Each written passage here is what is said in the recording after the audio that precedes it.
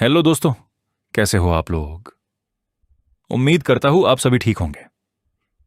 आज एक ऐसी भूतिया कहानी लेकर आया हूं जिसमें एक परिवार मध्य प्रदेश छिंदवाड़ा जिले के एक छोटे गांव में किसी और गांव से रहने आए थे, जिनके साथ कुछ घट गया जिसमें वो परिवार रातों रात बर्बाद हो गया।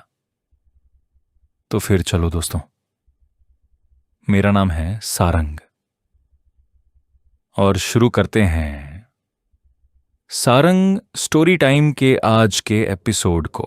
ये कहानी 2016 की है।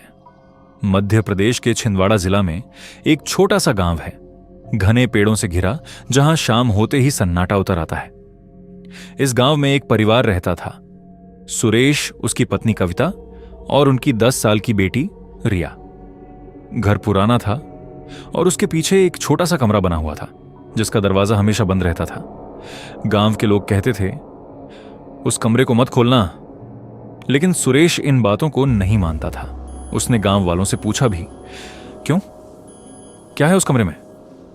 कोई साफ जवाब नहीं देता था। बस इतना, पहले जो परिवार यहां रहता था उनका लड़का उसी कमरे में मर गया था। कैसे मरा किसी को नहीं पता, या शायद कोई बताना नहीं चाहता था। एक रात करीब 2 बजे कविता की नींद खुली। उसे लगा जैसे कोई आंगन में चल रहा है। धीरे धीरे नंगे पांव, ठप ठप ठप। उसने सुरेश को उठाया। सुनो, कोई बाहर है। सुरेश उठा, दरवाजा खोला। बाहर कोई नहीं था, लेकिन पीछे वाले कमरे का दरवाजा हल्का सा खुला हुआ था, जबकि वो हमेशा बंद रहता था। अगले कुछ दिनों में रिया बदलने लगी। वो अकेले बैठकर खुद से बातें करती थी, कभी कभी हंसती भी थी। कविता ने पूछा, किससे बात कर रही हो? रिया ने सीधा जवाब दिया, पीछे वाले कमरे में जो भैया है उससे। कविता का खून जम गया। कौन भैया? रिया बोली, वो बाहर नहीं आता, बस दरवाजे से देखता है, कहता है खेलो मेरे साथ। उस रात तेज हवा चल रही थी, दरवाजे खिड़कियां खुद ब खुद हिल रही थीं। करीब 3 बजे अचानक धड़म, पीछे वाले कमरे का दरवाजा जोर से खुल गया। सुरेश भाग कर गया। अंदर अंधेरा था, लेकिन उसे साफ दिखा कोने में कोई खड़ा था, छोटा सा, झुका हुआ, और उसका चेहरा दीवार की तरफ था। कौन है? सुरेश चिल्लाया। कोई जवाब नहीं। फिर वो आकृति धीरे धीरे मुड़ी और जैसे ही उसका चेहरा दिखने वाला था, बत्ती खुद बंद हो गई। अगली सुबह रिया के हाथों पर खरोंच के निशान थे, गहरे लाल, जैसे किसी ने पकड़कर खींचा हो। कविता रोने लगी। यह कैसे हुआ? रिया बोली, भैया ने कहा तुम मम्मी पापा को मत बताना, नहीं तो वो उन्हें भी अंदर बुला लेगा। सुरेश गुस्से में था। उसने फैसला किया आज वो उस कमरे को पूरी तरह खोलकर देखेगा।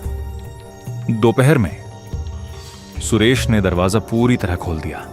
कमरा अंदर से सड़ा हुआ था, दीवारों पर काले निशान और बीच में एक पुरानी चारपाई के नीचे कुछ पड़ा था, एक पुराना खिलौना और उसके पास सूखी हुई खून की बूंदें। कविता ने घबराकर कहा, चलो यहां से।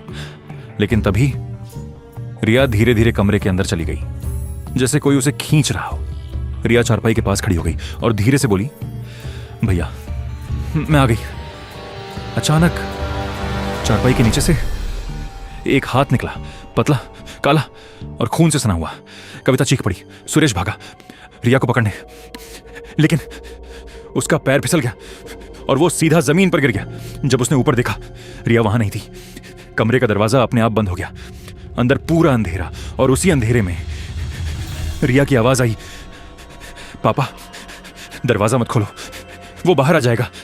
फिर एक दूसरी आवाज, भारी टूटी हुई, अब ये यहीं रहेगी। सुबह दरवाजा खुला मिला, कमरा खाली था। रिया नहीं थी, सिर्फ चारपाई के नीचे उसकी चप्पल पड़ी थी। सुरेश और कविता गांव छोड़कर चले गए, लेकिन कहते हैं आज भी उस घर के पीछे वाले कमरे से रात को बच्चों के खेलने की आवाज आती है, और कभी कभी 2 आवाजें सुनाई देती हैं, एक मासूम और एक जो इंसान की नहीं लगती। अगर आप यहां तक हमारे साथ हो तो प्लीज कहानी को लाइक कर दीजिए, और चैनल पर नए हो तो चैनल को प्लीज सब्सक्राइब कर दीजिए और कमेंट में आपकी राय जरूर लिखें।